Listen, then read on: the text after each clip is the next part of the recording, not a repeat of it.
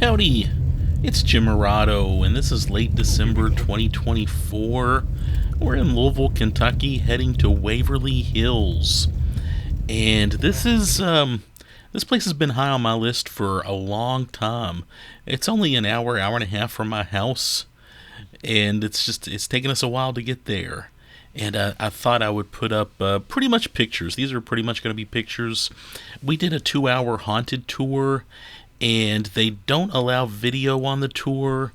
In fact, I think on their website they say they don't allow photos, but they allow photos. They just ask for no flash photography, but they even on the tour, there's a couple spots where they tell you to go ahead and use flash if you want.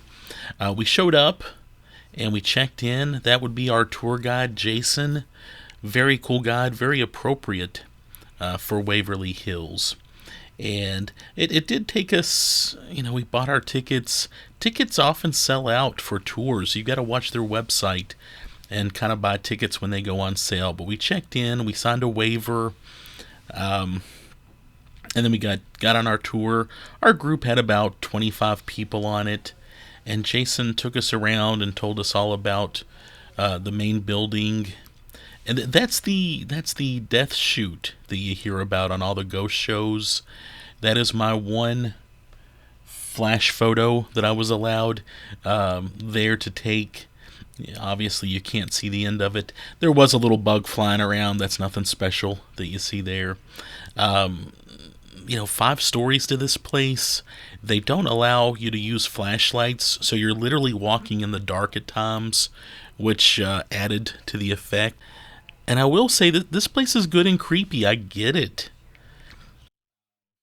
There were 5 of us that went on our particular little tour, and I don't want to say we experienced anything. I'm pretty. I take a lot of evidence to convince me of stuff, but at one point I did think one of my friends whispered something into my ear. I turned around and my friend was about 4 or 5 feet behind me. He couldn't have. I still asked him. He said he did not. But it felt. I felt breath on my ear, and I did get a little bit of something. So that was odd.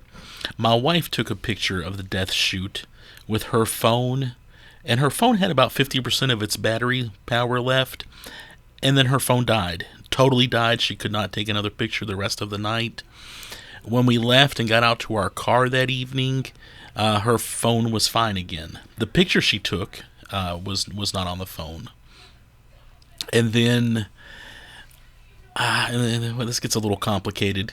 I was talking to somebody on the tour, kind of ahead of my friends. It was somebody I didn't know, and pleasant enough person, no big deal. And later on, all of my friends, everybody in my group, the other 4 people, said they noticed what looked like smoke or something come out of his mouth. One of my friends tested to make sure you couldn't see her breath. It was not that cold, and the person was not vaping. And everybody, it was something nobody thought about, but later on, a couple of them said, "Hey, did you notice this?" And they all noticed it. It's just something weird that I thought I would bring up. Jason told us the various legends. There's room 502 where a nurse supposedly hung herself, and documentation about that actually happened is pretty much non-existent. I think there was a former employee that said that happened. I want to say in the 1930s. And that's the thing with Waverly. A lot of the records were destroyed in the 1937 Ohio River flood, and other records were destroyed when the TB clinic closed in 1961, and then it became kind of an elder care type home at that point until the early 80s. Then it closed down. It sat vacant for a couple of decades. The Mattingleys bought it, I think, in 2002. I could be wrong about that. And they've kind of fixed it up or tried to maintain it, and they continue to do these tours. We did a 2 hour tour, and I will be honest, well, it probably went for 2.5 hours. So we definitely got our money's worth. Jason was great. And at the end of that tour, I was exhausted. I mean, it's a lot just to take in. And As we were leaving, or it was 10:30 or so, people were coming in for a 6-hour tour. I think that might have been some sort of private haunt. Oh, and there we were in the little morgue area, and they allowed some flash photos there too. I'll also say on the first floor, I did develop a pretty bad headache. I don't get headaches often, but I thought I would mention. I'm trying to be aware of how I feel when I'm at places like this, just for the record. Of course, you exit through the gift shop, which was also a morgue at one time. I bought some postcards, stickers, pins. They did not have any books. I was surprised. I was surprised that they weren't selling some sort of a book in the gift shop. I'm a book person. And speaking of books, let me recommend to you Lynn Pohl, Pohl, Lynpohl,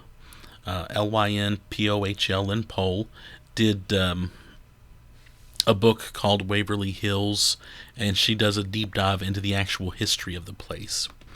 But yeah, I like that book a lot. Anyway, yeah, just there was a quick video slideshow of our trip to Waverly Hills. Let me know what you think. I would love to take more of a historic tour through there, maybe during the day. But we had a lot of fun, and good weird place for sure.